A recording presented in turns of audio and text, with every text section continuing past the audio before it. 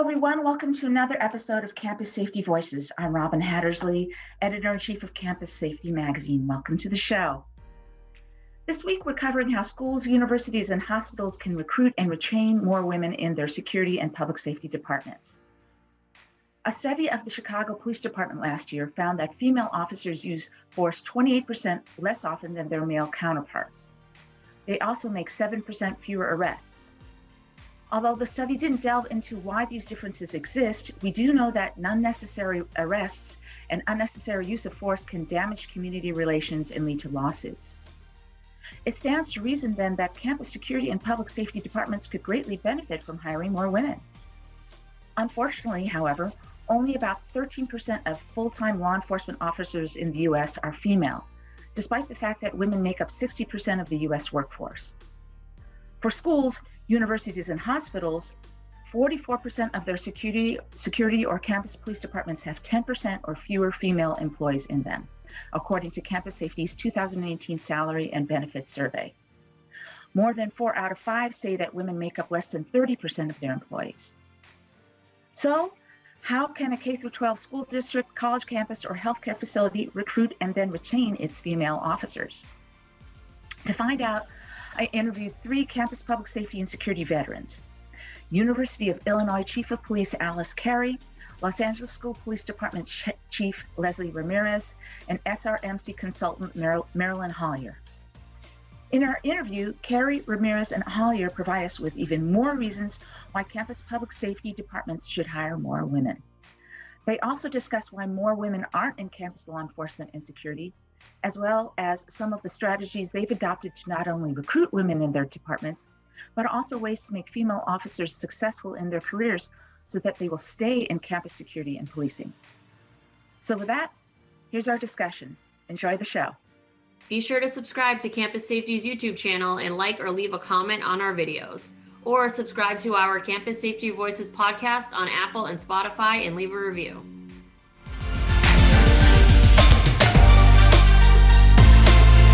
We really appreciate you being here. This is such an important topic. And so, the first question I have, and Chief Carey, why don't you start us off with this? Why is it important for campus police, public safety, and security departments to have women as officers, executives, and staff members? And what is the business case? I hate to put it that way, but what is the business case for campuses having more women in security and public safety? Well, more diversity at the decision-making table has a lot of benefits, because you're bringing in a lot larger pool of experiences. So you have better options and better ideas, and, with better options and ideas, and it helps make better and efficient decisions. So you're getting different perspectives from a large, spectrum if you have, leaders in different executive positions. There are a lot of situations too, beyond the executive level that crime victims, probably prefer, or are more comfortable in a setting with a female officer. So there's a few, benefits there that I can think of off the top of my head as far as what's important for, campus safety and police with having women as officers and even at the executive level. Chief Ramirez, what's your answer to that? I agree. I think women bring diversity, to the workforce in different ways. So do our male counterparts. But again, the situations that we encounter and the individuals that we come across are not one-dimensional by any means. Every situation is different, and so our workforce should be as well. The stronger we are, the more diversity we have, the stronger we are as a team, better able to serve our community. And I think that women just, bring that diversity in so many ways. There's usually this stereotypical kind of ways that women probably add to the force, but we really need to think broader than that, because I know for my department, I'm sure I speak for many other departments out there, women bring so much more than just what our perceptions or stereotypes would like us to believe. And so I just believe the diversity they bring is just, we see it, work for our benefit in how we serve our community and the effectiveness of connecting with our communities. And, it just couldn't be more valuable to have, that diversity to serve the diversity we see out there in our communities. Now, Marilyn, I know you have a little bit of a different perspective because you were also with hospitals. as well as, college campuses. So can you tell us your perspective on this particular Right. question? Right, and a lot of college campuses have hospitals on them. I actually retired from the University of Michigan. It has a very large healthcare system in place.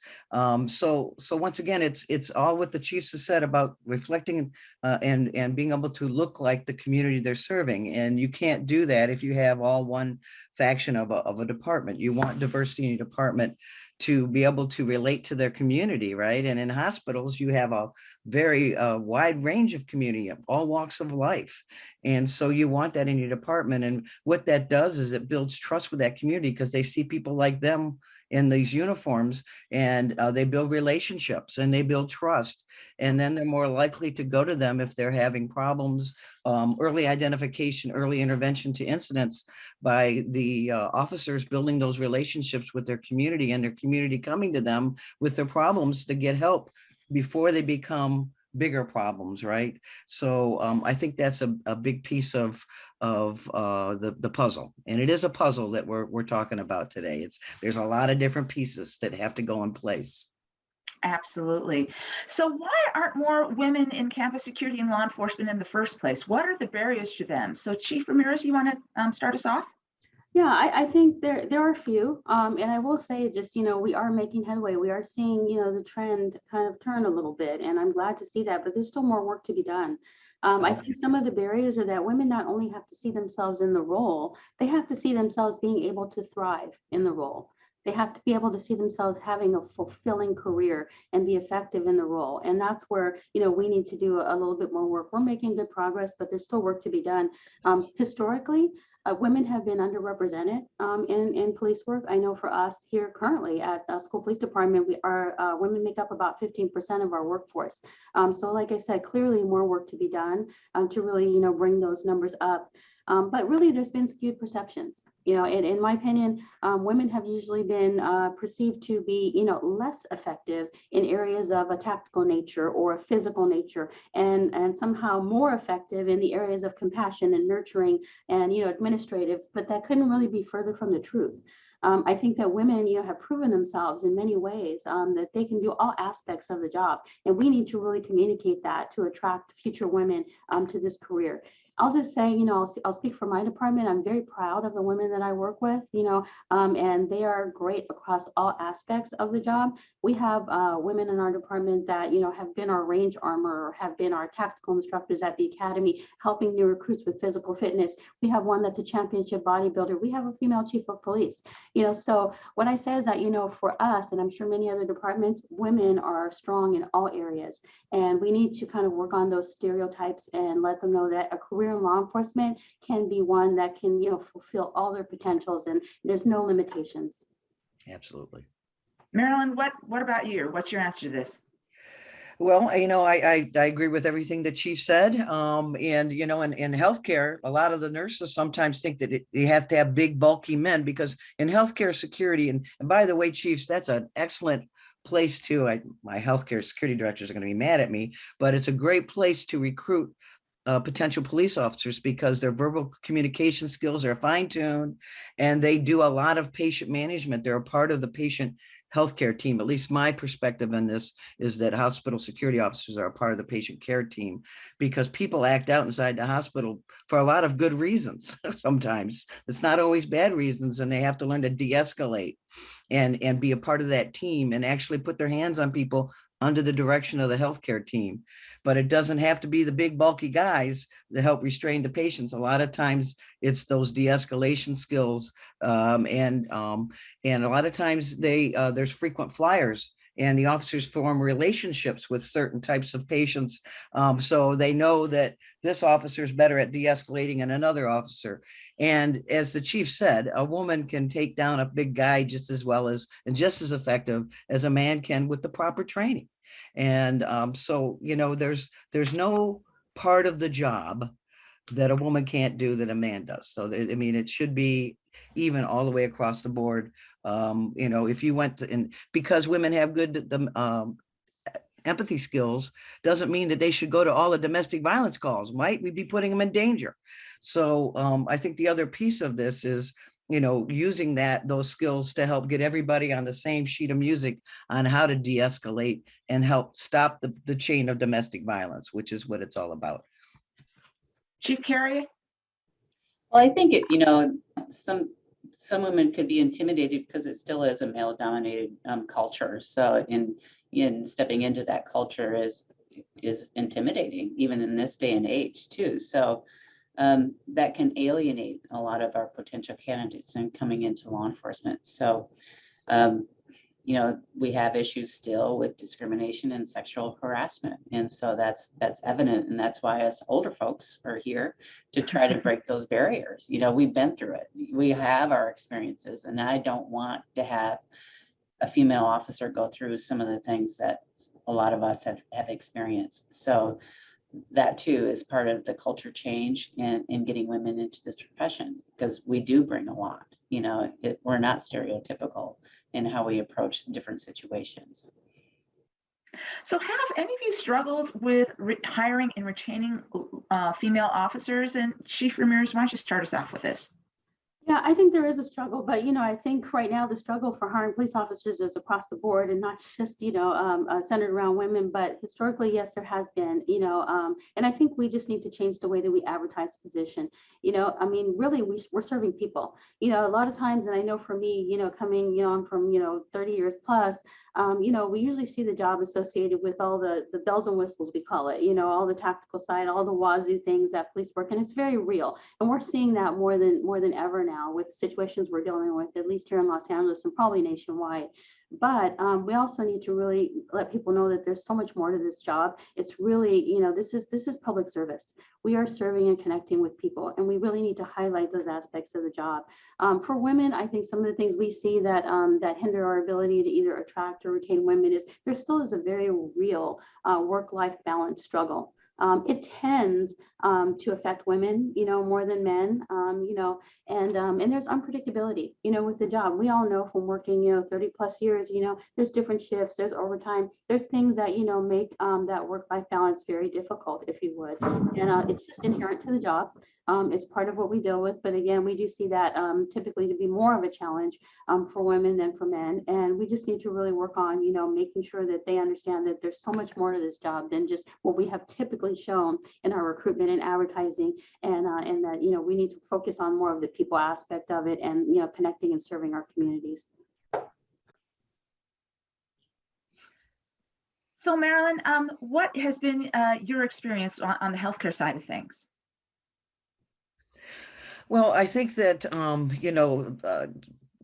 there's, like I said, there's a multifaceted approach to this, right? I mean, I think colleges and universities need to expand their curriculum because right now it's focused on criminal justice, policing, law enforcement, and probation parole. And there's just such a bigger world out there, right? There's a bigger world of corporate security, healthcare security, campus public safety, and expand their training within that world of adding more mental health training for the students on how to deal with those crises, how to deal with de-escalation skills, not just an hour class.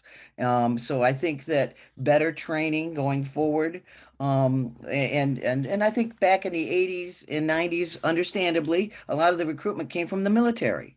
And the military is wonderful, right? I mean, they have a mission and they do a really good job, but those skills don't necessarily reflect and work well within the community because we're not at war with our community, right? We're trying to build a relationship with our community. So over time, I think we're starting to change there, but I think there's still more work to be done within the universities themselves in building a more robust program around criminal justice and all the different careers there, and open up training and to give more training around what it really is going to be like out on the streets, right? So I think that's a big one. I think targeted recruitment is good. I think there's a lot of other professions out there that make really good police and public safety. I was going to be a teacher, but my life got changed somewhere along the path. And I found a new reason to be here, which is why, and I really realized in the 80s, 1987 is when I did my master's degree, and I tried to do it around women in law enforcement. I found 3 periodicals. That's it. 3 articles about women in policing in 1987. Okay, it's insane. So I realized that I had a new destiny instead of teaching, but teachers make really good public safety officers, social workers, kids with psychology degrees. You can't get a job with a psychology and bachelor's degree in psychology, but they would make really good officers. So I think we can do more targeted training, and try to create a career ladder. So how did I do that at the University of Michigan? I created and the pandemic was a good way to do this. I had a soft security program where they were in blazers. They met everybody at the door, screened them, customer service, but yet screening to see if they're want emails because they have their systems, right? So they're screening at the door before the problem gets up onto the patient floors, but in a very nice professional way. And those skills helped them and their career. And some of them decided they liked public safety, and they move up into becoming an officer. So creating a career ladder with your department, I think, is another nice way of getting more diversity within your department. And lastly, recruiting within your hospital or your college campus. There's people that work there that might be really good public safety officers, and they're already working in your community. How do you find out? Create a job shadowing program so that they come in and see what you do and how you do it. And plus, it helps their understanding because they may have a misperception of what the role is of your officers. So job shadowing, and of course, the things that are going on now, signing bonuses, and referral bonuses, getting your own staff to refer people to come work at your facility. Both of you bring up really good points. Campus policing, I know, and security have traditionally really struggled to, just in general, to attract and keep officers, let alone women officers. So that's a really good point you guys bring up. I also heard that bank tellers make pretty good security officers. Have you guys ever heard of that? Yeah, they get training. Absolutely, and they got to deal with a lot of people. So Yeah. Now, Chief Carey, I know you've had some success in the recruitment of women to your department. So can you talk about some of the things that you've done? Yeah, actually, we just recently adopted the 30 by 30 initiative, and I think everyone's very familiar with that. So that's kind of a enticement to know that we're serious about, diversifying our police department. But the first step, is really recognizing, okay, look, our past administrations and such were not really focusing on women and minorities as a priority to get our departments diversified. So first is recognizing that, and now taking the initiative. Here at the University of Illinois, like Marilyn had alluded to, we have different jobs here, civilian employment, so that females can come in with different ideas. We have crisis counselors who are social workers who are now working with our police officers, and so those are some of the avenues that they can maybe see that they want to become a police officer because they're riding with our officers and they're experiencing the different shifts works and such. So there's a lot of different opportunities with security and dispatch and kind of having our Citizens Academy too, and getting people in to see exactly what we do. So there's so many different, different avenues to, recruit women. So here we have an intern list, so that makes it a little easier for women to overcome some of the obstacles like the physical fitness and some of the written tests that some people may find difficult. So it's kind of a proactive initiative to get women and minorities into our police department as well. Good. Well, and Marilyn brought up, and Chief Carey, you brought up really good information about students who may be studying social sciences or social work. I know that a lot of traditional law enforcement agencies, as well as campus public safety agencies, are incorporating a lot more social workers and mental health professionals. So I think that might be a good way to attract females into your department. Do you guys think that's an option as well? Oh yeah, absolutely. And internships, college internships is a good one, for sure. And I think the other piece here is that it starts with the leadership and creating the environment for people to want to come work there. And I think that's another big piece of the puzzle. And what I would do, the final interview for everybody that got hired, they had to see me. And at that point, I hear a little bit about them, but more importantly, they hear from me my expectations on their job performance.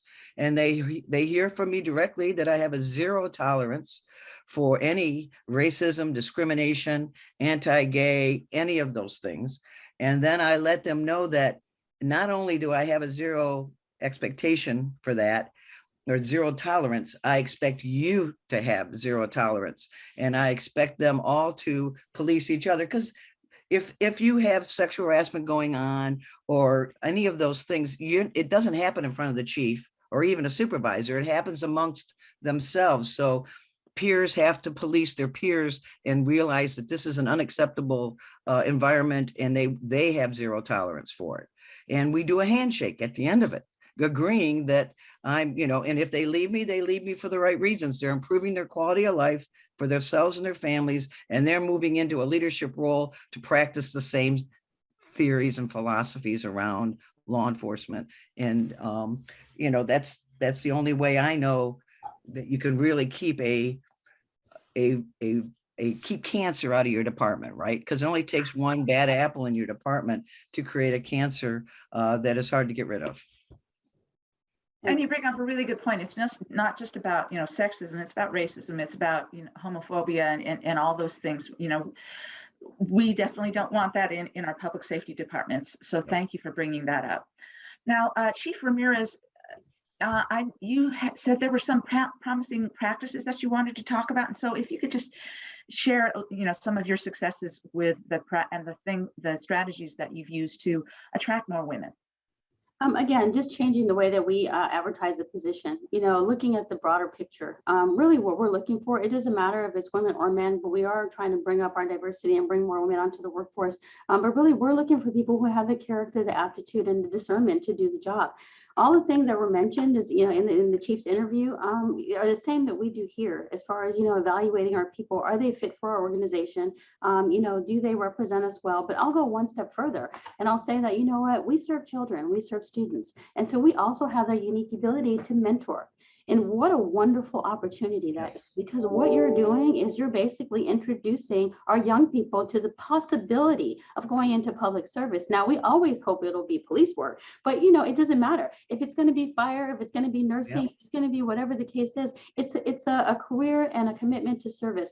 I just met with one of our schools just yesterday, and we had the opportunity to meet with students who are going into first responders, some fire, some police, but again, what a unique opportunity you have, when you're serving the future, to really influence them. If they are on the cusp of making a decision, they are looking at you to see, is that something I see myself, in this role? Is that an organization or a group that I want to be a part of? And, we have the ability to kind of, put that forward, if you would. So we're looking to really kind of tap into our own base as well, just like, that was mentioned about, looking into your own internal sources, where our internal sources include our students. Especially our high school students who are looking to move on to college and are looking at what direction are they going to go. We certainly hope that they will look at us as a career option, that they will look at this as being something they would be proud to do, and proud to give back and serve their communities. But again, they have to see that in us and what we portray to them in order to see themselves in that role. So I think that's a unique opportunity. I want to circle back on one more thing we talked about really quickly, because we talked about the mental health component, and we have mental health evaluation teams that we started a couple of years ago, when we work hand in hand with our licensed clinical social workers. And there is, we have come to realize that there is more of a need than we anticipated. They're very successful teams at really giving a wraparound, multidisciplinary kind of service, if you would.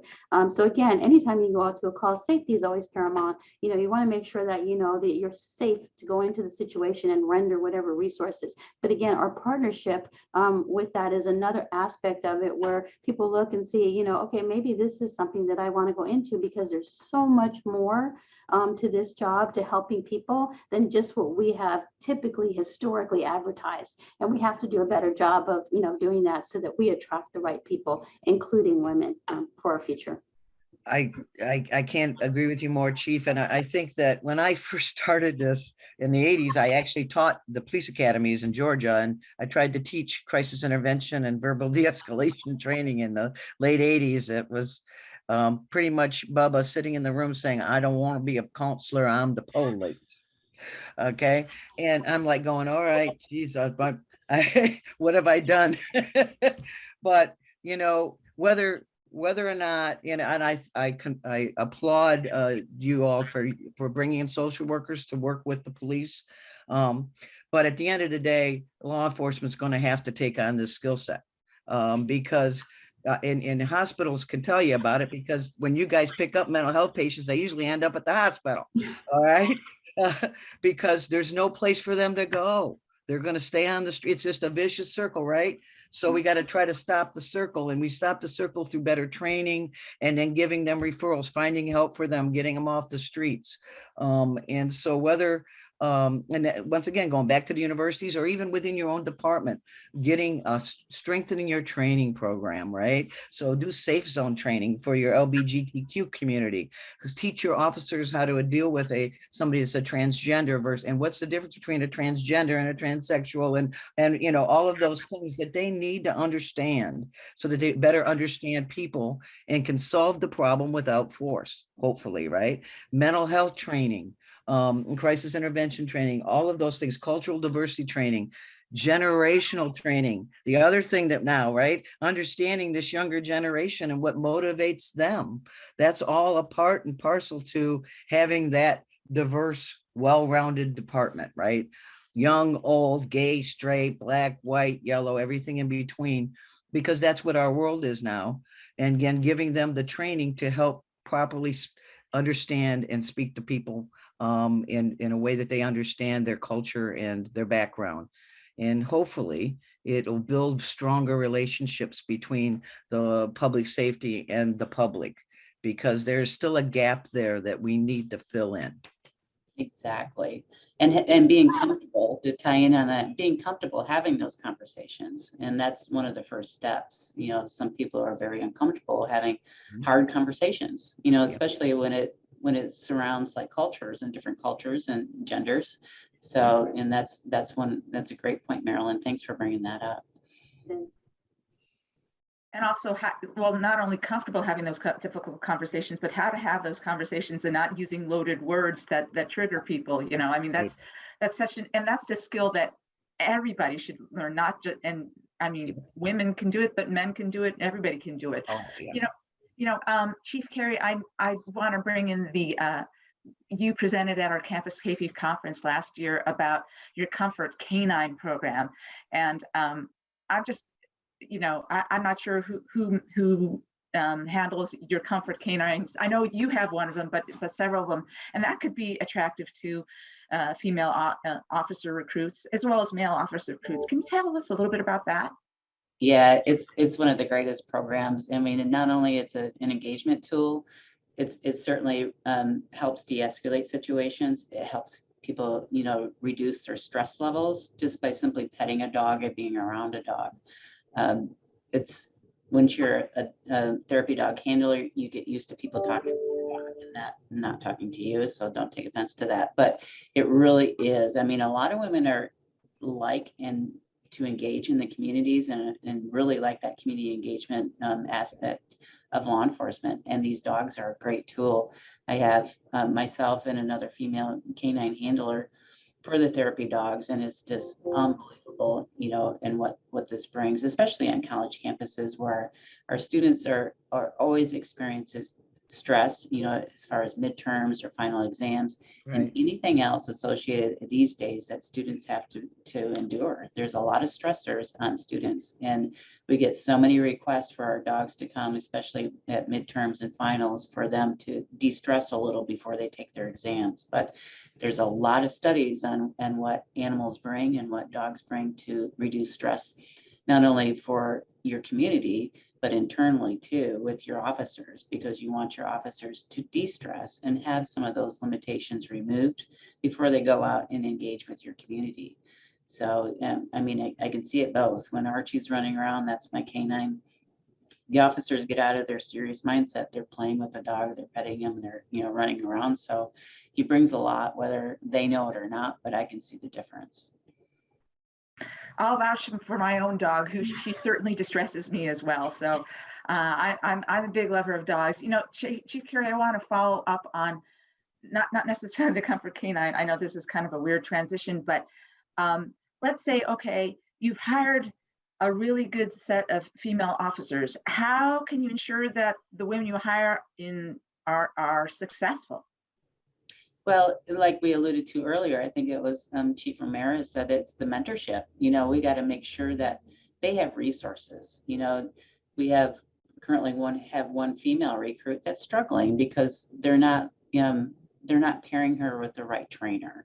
And so you got to individualize that. I remember my struggles in the 80s, and it was just like, you're going to do this or what? I mean, that's not how we train people anymore. We need to do the adult training method, and we got to make sure that people are being trained with people like themselves, and they're more apt to retain that and more comfortable because they don't feel like they're under a microscope to fit into this box.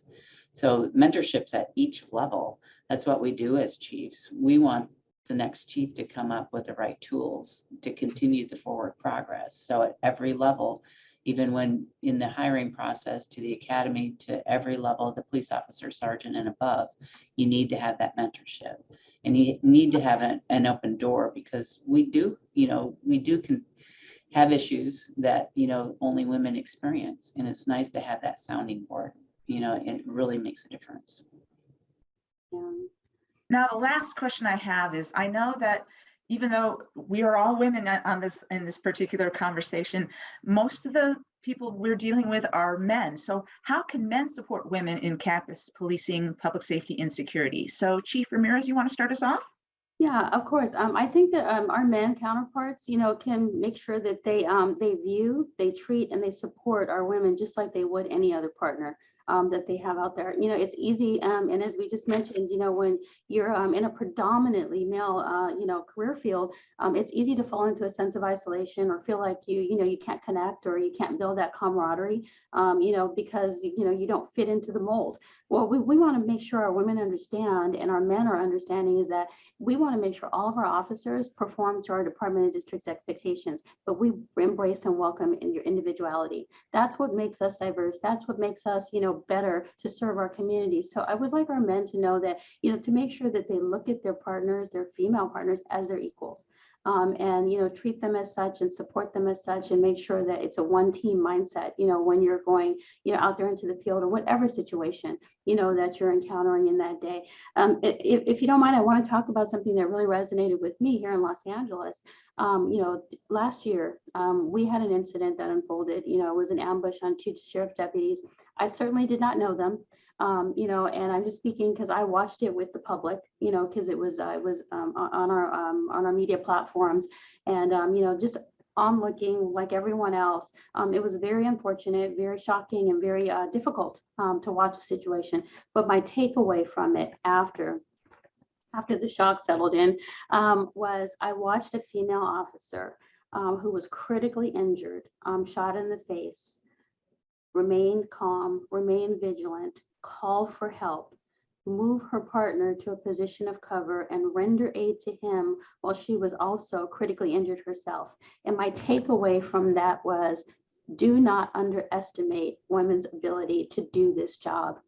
I don't think anyone could have done better in that situation. And again, I don't know her. I was watching with everyone else, but, my takeaways from that was, women have proven themselves in this profession, and, you see it every day. And I just want our male counterparts to know that women are very viable out there in the field and bring diversity, but they can do all aspects of the job. If we didn't see that, if that was not evident in that situation, I don't know how much more we could ask for.